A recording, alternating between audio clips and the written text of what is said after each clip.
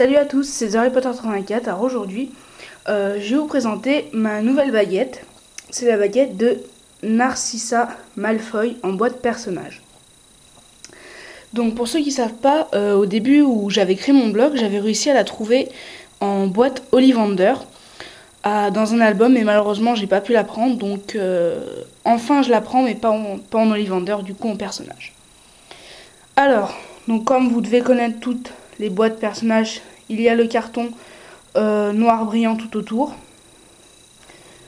Voilà, donc on peut voir ici un coin de la boîte violette dont je vous montre après, est une très belle boîte. Donc ici il y a écrit Narcissa Wand, là Narcissa Malfoy, la recréation de la fameuse baguette, Harry Potter, Made in China, etc.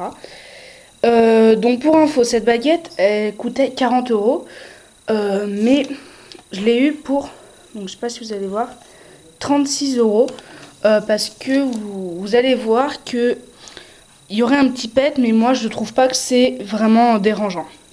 Donc je vais l'ouvrir par là. Donc on tire. Et ensuite on a une très belle boîte violette. Donc là la couleur est assez claire sur la vidéo. J'essaie de vous la montrer d'assez près. Donc elle est vraiment plus foncée en vrai. Donc ne vous fiez pas vraiment à la couleur qui est retranscrite sur la vidéo. Donc un violet très très beau. Harry Potter ici comme d'habitude. Et donc je vais l'ouvrir. Donc dans toutes les boîtes personnages classiques, de la mousse ici et la baguette entre. Moi dès que je l'ai vue, franchement j'ai été éblouie. C'était vraiment une baguette magnifique. Vraiment, vous allez voir de plus près, elle est vraiment magnifique cette baguette.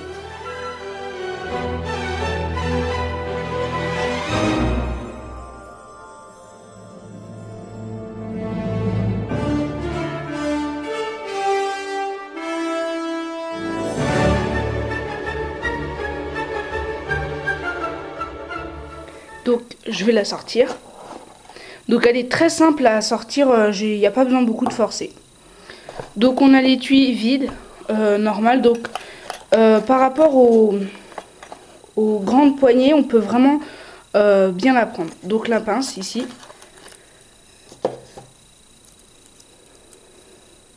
Donc, voilà, vous n'allez pas bien voir, Narcissa Malfoy. Donc pince normale qui peut se mettre sur le présentoir ou sur les baguettes comme ceci. Alors la baguette. Donc faut savoir que cette baguette est très très très légère. Moi quand je l'ai prise, elle n'est pas non plus légère comme certaines, comme par exemple la baguette de Dumbledore. Elle n'est pas autant légère, mais elle reste quand même, on va dire, poids plume par rapport à certaines baguettes. Donc comme vous pouvez voir ici, on a des petites pointes. Donc dans le film, c'est représenté comme des clous.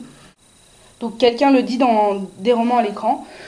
Donc des clous, c'est vrai que quand on la prend comme ça et qu'on serre bien, on sent quand même les petits clous et donc ça fait un peu mal. Quand on appuie sur un sol, ça fait assez mal, mais bon, c'est pas vraiment dérangeant. Je trouve que ça adhère mieux à la baguette, ce qui fait qu'on peut vraiment bien la tenir. Donc comme on peut voir ici, il y a comme un diamant. Donc la forme est comme un diamant. Donc pour comparer, je peux comparer avec celle de Drago. Donc c'est assez proche. Vous voyez. Donc ensuite niveau détail, je trouve qu'elle laisse à redire par rapport à ici.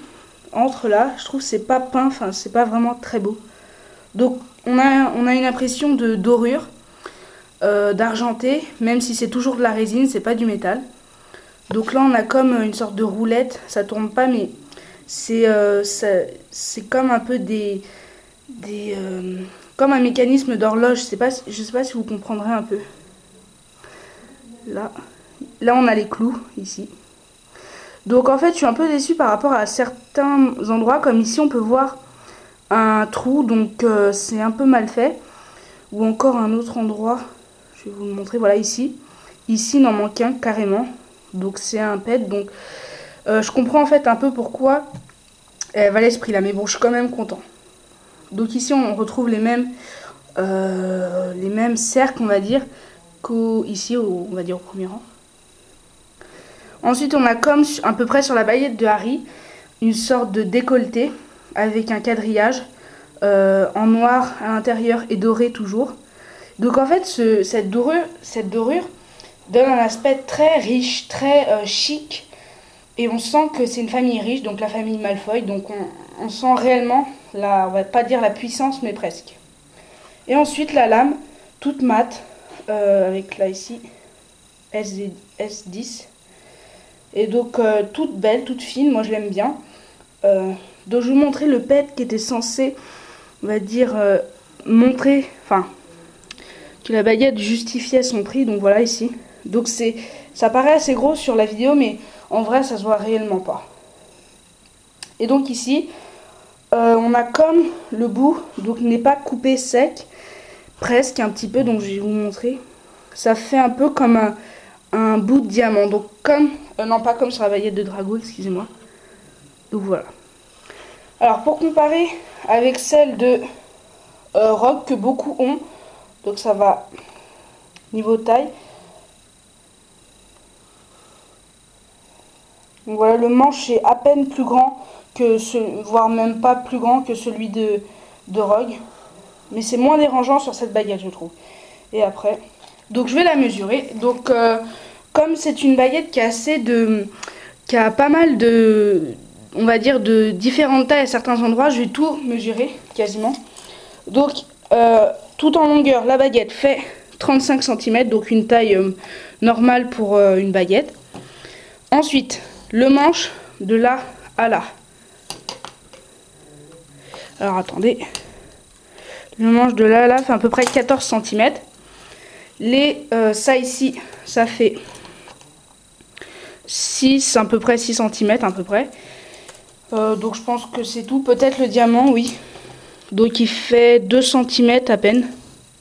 La lame, elle fait à peu près 21 cm,1.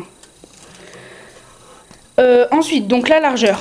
Donc la baguette à son manche fait à peu près 2 cm. Et je pense que ici peut-être vous voulez 2 cm aussi. Après ça sert à rien de mesurer la lame puisque elle va en s'affinant de plus en plus. Donc pour la comparer de près avec celle de Drago, donc on peut retrouver à peu près les mêmes spécifications, c'est-à-dire qu'ici on a 2 anneaux, là aussi on en a 2, sauf qu'ils sont un peu plus rapprochés. Et niveau taille, c'est quasiment les mêmes. Donc, mais on sent quand même que la baguette de Drago fait plus écolier, hein, et donc on sent quand même que la différence. Donc pour finir à comparer avec celle de Rogue, voilà comme ça. Donc les tailles sont à peu près les mêmes. Donc alors je vais passer aux points forts et faibles de cette baguette. Alors les points forts, c'est qu'elle est très légère, donc assez maniable. Les pics ici servent, on va dire, mieux à la tenir, donc c'est vraiment un point fort. Elle glisse beaucoup moins des mains. Et toutes les, on va dire, je sais pas comment expliquer, mais on va dire tout ce qui remonte un peu sert encore moins elle glisse encore moins. Les points faibles, je pense pas qu'il y en aurait beaucoup. Peut-être niveau peinture, je sais pas si ça vous le fait à la vôtre, mais il y a plein de traces noires, donc je comprends pas pourquoi. Donc je pense que c'est tout niveau point faible. Alors pour la médaille, moi je attribuerais la médaille d'or. Peut-être pas aller jusqu'à platine, même si j'avoue que je pense qu'elle le vaut. C'est une très très belle baguette pour moi. Mais je pense lui attribuer la médaille d'or. Donc je vous la conseille vraiment pour ceux qui ne l'ont pas. C'est une très belle baguette à découvrir. Vraiment très très très belle. Donc voilà, je pense que c'est tout. Retrouvez-moi sur mon blog et celui de mon partenaire, Lord Voldemort 98. Voilà, salut!